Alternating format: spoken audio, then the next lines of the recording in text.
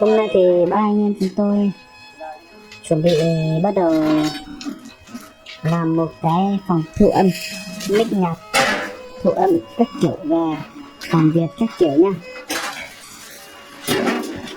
Có là một thằng bạn và đang rất là cố gắng và rất là vất vả. Mình hãy đón xem một cái quá trình để ba anh em chúng tôi tự thử sức làm một cái phòng thu âm xem là có khả năng làm được không nhé mọi người nha.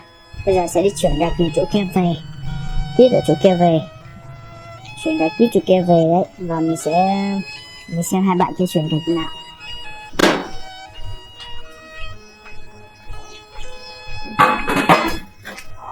Anh em rất là cố gắng.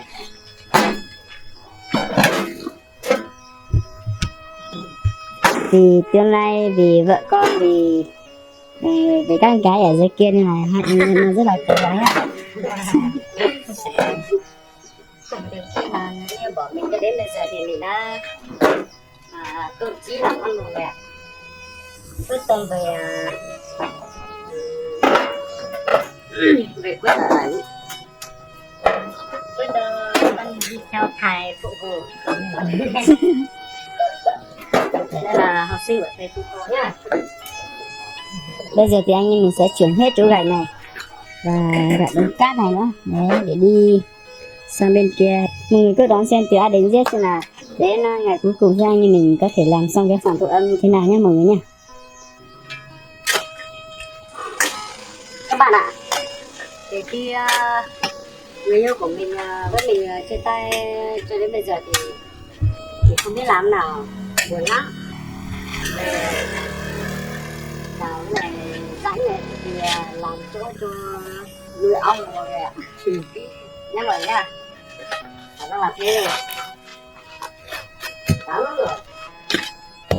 Anh em đang bắt đầu món nha. Đây là anh vàng. Đây là hai ông đều tên là vàng hết nha. Đây là vàng đô la. Còn kia là vàng gì nhỉ?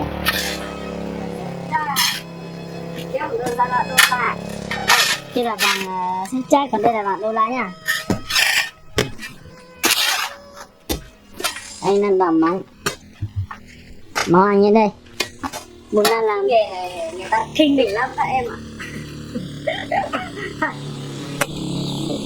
Đây là chân tay của những người cả năm không đi làm một lần.